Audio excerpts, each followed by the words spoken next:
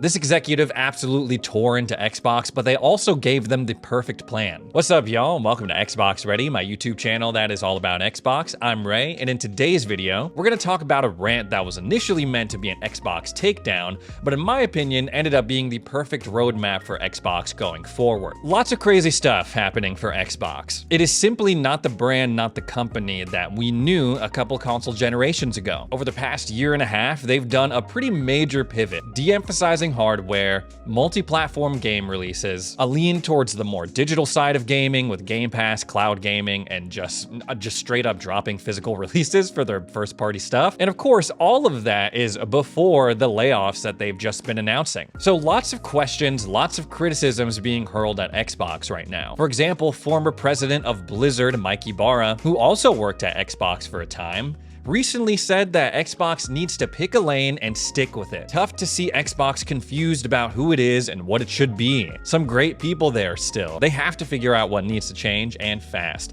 I'm a big fan and always bleed green, cheering the team on from the sidelines. Pick your lane and stick to it. He goes on to advocate that they should drop everything else and just focus on being a games publisher. This is interesting timing because one, Laura Fryer, who was part of the OG founding Xbox team and also served as a producer on the original Gears of War games, she posted a video on her YouTube channel basically advocating the opposite. She said, obviously, as one of the founding members of the Xbox team, I'm not pleased with where things are today. I don't love watching all the value that I helped create slowly getting eroded away. I'm sad because from my perspective, it looks like Xbox has no desire or literally can't ship hardware anymore. If you haven't seen her video, I highly recommend that you check it out. It is a really interesting perspective, and it's clear that Laura, she still got it. She knows her stuff. She specifically seems to take issue with, I would say, three major things. The Xbox Ally, the fact that Xbox isn't doing console exclusives anymore, and using Windows for gaming. She says it's 1 year from the 25th anniversary of the Xbox, and it looks like they're abandoning pretty much everything that made the Xbox brand great in the first place.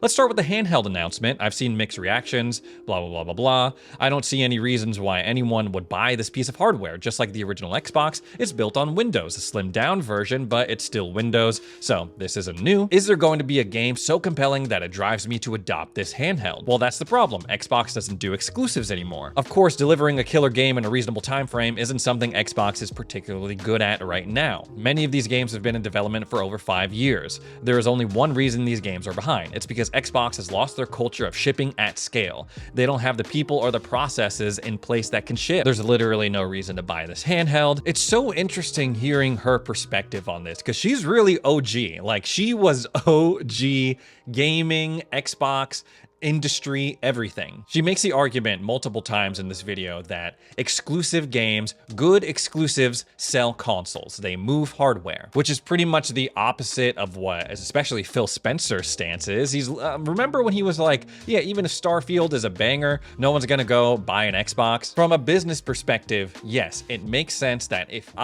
Ray I was trying to sell you a video game console or a piece of hardware, I would probably need to back that up with an experience, a game, something that you can only experience on the Ray box. This is Nintendo and by and large PlayStation's entire strategy, with a few exceptions, of course. So from the business perspective, I get it. But from the customer perspective, isn't it kind of bull? Am I the only one that thinks that? Like, isn't it kind of bull that in order to play a handful of games, and I'm talking about a handful of games because it's not like the old days when there was a ton of exclusives being poured out every year, every couple of years. I have a PlayStation 5 behind me back in the entertainment center. Let's take a look at that for a sec because the narrative has always been buy PlayStation because they have all these exclusive bangers. And no disrespect to Death Stranding 2, I haven't gotten around to playing it. It looks awesome. I've been hearing great things. What were the exclusives, like the real PS5 exclusives that drove people to adopt that hardware? Was it God of War Ragnarok?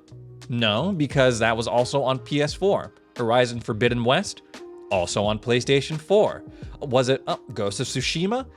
No, that also came out on PlayStation 4 as well. Spider-Man 2, that was a true blue PlayStation 5 game. And maybe there were some people who are like, yeah, I want to play Spider-Man 2 so bad that I'm going to go ahead and buy a whole console for it. I'm going to buy a PlayStation 5. And if that's the case, then Laura is not taking into account the true cost of these games, of these exclusives. Because even if you got Spider-Man 2, you got it on a deal, 40 bucks even, you still had to buy a PlayStation 5 console to play that game, up until recently, before it came to Steam. So you're not just out on the money that you spent on the game, you're out another 400 to 500 bucks. And that's only gonna go up with the PS5 Pro being priced what it is right now, the Switch 2. We're not just talking about a $400, $500 investment to play these exclusives. No, we're talking about $500, $600, $700, maybe even beyond. People are buying Switch 2s, spending $450, $500 bucks for the bundle. For what?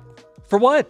For Mario Kart World? To play Cyberpunk at 720p? Sure, the new Donkey Kong game's gonna come out, and there will be more exclusives over time, but like, I don't know, like, I can't be the only one that is sick of having to buy 3 separate machines in order to enjoy my hobby, video games. At least on the Xbox side, not only do I have the choice to, do I want to buy this game outright or play it through Game Pass? I also have the choice of whether or not I want to spend a bunch of money on a console in order to play those games. You have the 2 options when it comes to the Series S and the X, so if you don't want to spend $500, you can spend a little bit less. Say what you want about cloud gaming, but the concept of like, if you don't even have that, you can just subscribe and play them through the cloud if you really wanted to. And in a way, she even mentions in the video like Xbox Play Anywhere, that's cool and all, she seems like she's down for it, but that it's not a strong enough appeal in order to buy something like the ROG Ally. And that's a good point right there, because it is the ROG Ally, that's not a handheld Xbox. As much as people want to say that it is, it's kind of like one, but it's not really, because it doesn't play native Xbox games. It plays the PC versions of those games. So you can't play any Xbox game that you've bought digitally over the past however many years. It has to be supported by Xbox Play Anywhere. And while that's a growing list, it doesn't encompass every Xbox game that they've published. And I will say on paper, the Ally, yeah, it just seems like a reskinned version of the existing Ally X, but actually going hands-on with it, actually feeling it, seeing how the OS ran and worked. Yes, it was a slimmed down version of Windows, but it was pretty damn cool, and I enjoyed it. And the games looked really awesome on it, in handheld mode and docked mode. As someone who owns an Ally already, a regular one, it was every possible upgrade that I could have asked for. On top of being able to access the game bar super quickly, have my Game Pass membership already integrated into it, and oh yeah, I'll also be able to access all of my Steam games on it as well. The broader issue that Laura seemed to have with the Xbox Ally was that it was powered by Windows. She does not like Windows, which is pretty funny considering that she worked at Xbox for such a long time. And that's totally fair. That's totally fair. There is a growing amount of evidence to suggest that Windows is annoying. Windows, it just gets in the way if you want to really game, especially when SteamOS is running circles around it on stuff like the Legion Go. And I also believe that her thoughts about Xbox as a publisher, as a games publisher, which is what I believe is the most important part of their business right now, kind of like Mike Ibarra, that needs to be re-examined, especially in wake of these layoffs. They're taking a long ass time to ship these first party games. And you know, for a while, there was like all this craziness with COVID and the workflow was wild and they had to adapt to that. People were getting fired, sick, layoff, all the sorts of crazy stuff to navigate. But it's true, we can't be waiting around 5, 6, 7 years for these games to come out. I mean, that's like an entire console generation. Entire trends in gaming will have come and gone at that time. It took forever to see Starfield, Redfall, Halo Infinite, and then by the time they came out, there was a lot of problems. They were kind of weird and half-baked. Because of these layoffs, Xbox had to cancel 2 game projects, Everwild and Perfect Dark. Both of those games have been, I assume they've been in development for the past 7 years. Everwild was revealed in 2019. They founded the initiative, let them work on that game for so many years, and they just shut it down. They didn't even let them ship one game, the initiative. lucrative until they shut them down and said, pack up your bags, go home. For a business that relies on games, forget about the hardware for a sec, because Xbox needs good games. If they want to be a good publisher, they want to push Game Pass, they want to push cloud gaming, that needs to be re-examined, for sure. I also find it strange because she's advocating for a lot of this video that, oh, you need a good game in order to push hardware. But later in the video, she's also saying, if you want a handheld, you should get the Steam Deck. Well, what's the game, what's the exclusive that is making people buy a Steam Deck? What it comes down to is the fact that she prefers Linux, she prefers Steam OS over Windows. And sure, the argument is that, well, Xbox is going to put their games on Steam anyway, so you'll still be able to access their content. That's fair. Weirdly enough, and I might be giving them way too much credit for this, like she told one of her commenters, I'm drinking the Kool-Aid, but a lot of these things that she's bringing up, Xbox is already working on. Everyone is aware that Windows needs some work if it wants to be taken seriously in gaming at all. Not just PC gaming, but gaming as a whole. Using it as an interface, especially on handhelds, that's a whole completely different story, which is a big reason why they introduced the Xbox full screen experience in the first place, because they knew if they needed to be taken seriously, whether it's in handhelds, PC gaming, console gaming, they needed to have an OS that was all about the games. Forget this Windows bloat, all these background processes. How can we make the interface more intuitive? How can we make the games perform better? Based off of what they were showing media, especially after this past showcase, I firmly believe that they're working on all of that, with the expectation that next generation, that's going to be the core. That experience is going to be transferable between a handheld to your console and maybe even a gaming PC. It's also stuff like this, headlines like this, videos like this, that make it, in hindsight, a very smart move for Xbox to come out, get ahead of things, and say, we are making next-gen consoles. Laura here is asserting that they're not interested in shipping Xboxes at all because they would rather outsource that to companies like Asus. And sure, maybe that is true, but right now, because of their announcement when they came out and said, we're making next-gen consoles and they're going to be powered by this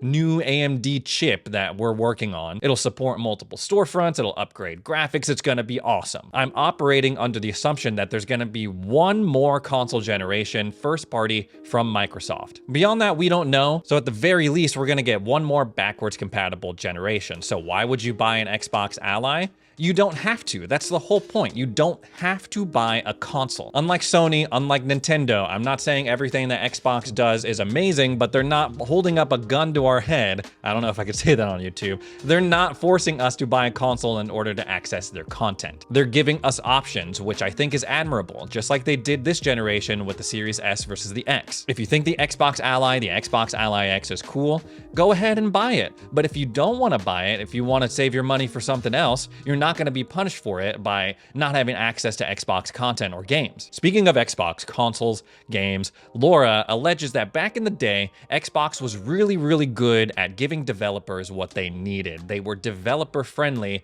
especially in comparison to PlayStation, which was notorious to just code for, and like the resources were all over the place. Xbox, being the scrappy underdog, knew that they needed to give developers everything that they needed to make it as easy as possible to put games on their platform, or else they were going to be cooked. This is something that she says is lacking in today's Xbox and their identity, which contributes to the overall problem of not being able to ship games on time, or they have to cancel games. And while this is just my working theory right now, I might be giving Microsoft Xbox a little too much credit, but I believe they are working towards being more developer friendly by unifying the Xbox brand. Right now, if you want to ship a game onto Xbox, you got to make at least 3 different versions of your game. A Series X version, a Series S version, and a PC version. These next generation Xboxes, if they turn out to be PC console hybrids, and we have a lot of reason to believe that they will, especially if they're going to support multiple storefronts, Xbox has the opportunity, okay, here is this PC console hybrid. It's kind of like a Steam box, but it's updated, it's cool. That's your target, but really all you need to do is just make one version, a PC version of the game. Don't worry about other console versions, just make a PC version, we'll make it run on our thing, we'll figure it out on our end, and anyone who buys this thing, they'll still be able to play Xbox games because it's backwards compatible. A lot of wishful thinking on my part, for sure. And Laura, She's got decades of experience in this business, and I am just a guy with a YouTube channel and a camera, but our perspective is still important. The customer, the consumer perspective is still important because ultimately, me, you, we're the type of people that these companies are trying to appeal to. They're not making games or consoles to sell to other industry folk. As long as we're the ones doing the buy-in, spending the money, dictating where this market goes, that's what Xbox they need to key in on. Maybe they do need to focus on being just a games publisher, shipping good games, but then that would leave everyone who wants an Xbox console out in the cold, and there's still